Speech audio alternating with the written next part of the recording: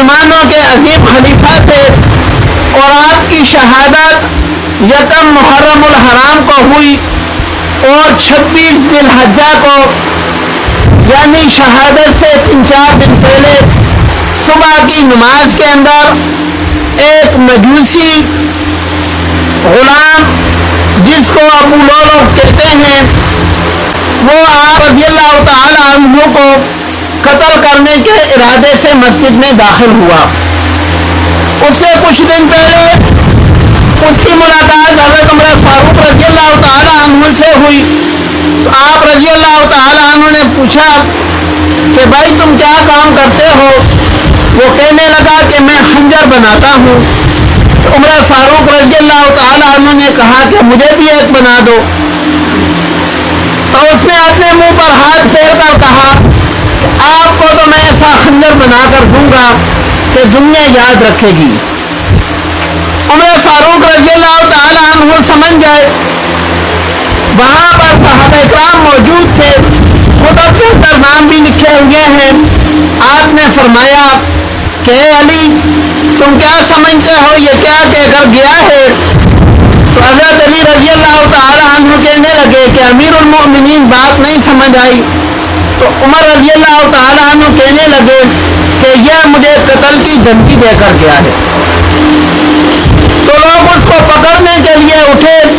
عمر فاروق رضی اللہ تعالی عنہ نے کہا کہ اس نے ابھی مجھے قتل نہیں کیا تو آپ اس کو کیسے پکڑ سکتے ہو؟ یہی مجوسی مسلمانوں کی صفوں کے اندر آیا اور 26 ذی الحجہ کو یہ پہلی صف کے اندر صبح کی نماز پڑھ رہا تھا۔ عمر فاروق رضی اللہ تعالی عنہ نے سورۃ طٰہٰ کی کچھ آیات تلاوت فرمائی تھی، تقریباً 1 رکوع تلاوت کر لیا تھا کہ اس نے خنجر مارا۔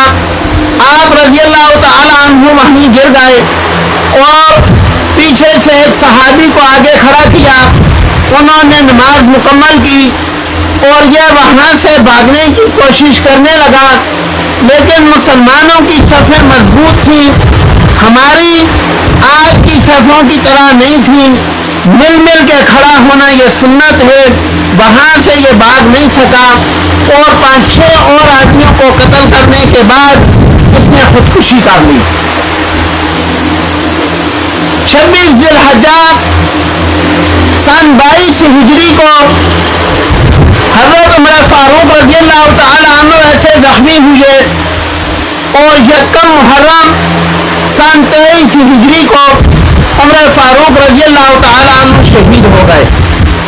شہید ہونے سے پہلے، شہادت سے پہلے، اپنی روح نکلنے سے پہلے اپنے بیٹے سے کہا کہ جب امی عائشہ سے کہو کہ عمر فاروق رضی اللہ تعالی عنہ کہتے ہیں کہ آپ کے حجرہ مبارک کے اندر ایک اللہ کے نبی دفن ہیں اور دوسرے ابو بکر ہیں، تیسرے کی جگہ خالی ہے، وہ مجھے عنایت کر دے۔ حضرت عائشہ رضی اللہ تعالی عنہ نے خوشی سے وہ جگہ ان کو دے دی۔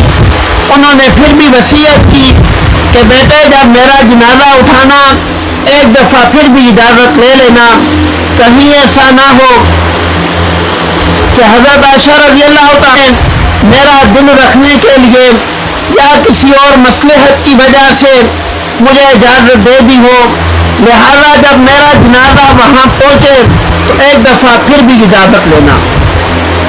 عمر فاروق رضی اللہ تعالی عنہ آپ جب وہاں پہنچے، آپ کا جنازہ وہاں پہنچا تو آپ کے بیٹے نے دوبارہ اجازت لی۔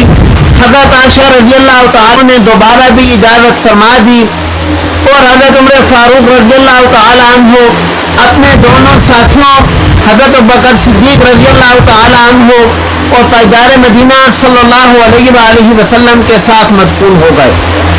اللہ رب العالمین ہم سب کو دوبارہ ایسا حکمران نصیب فرمائے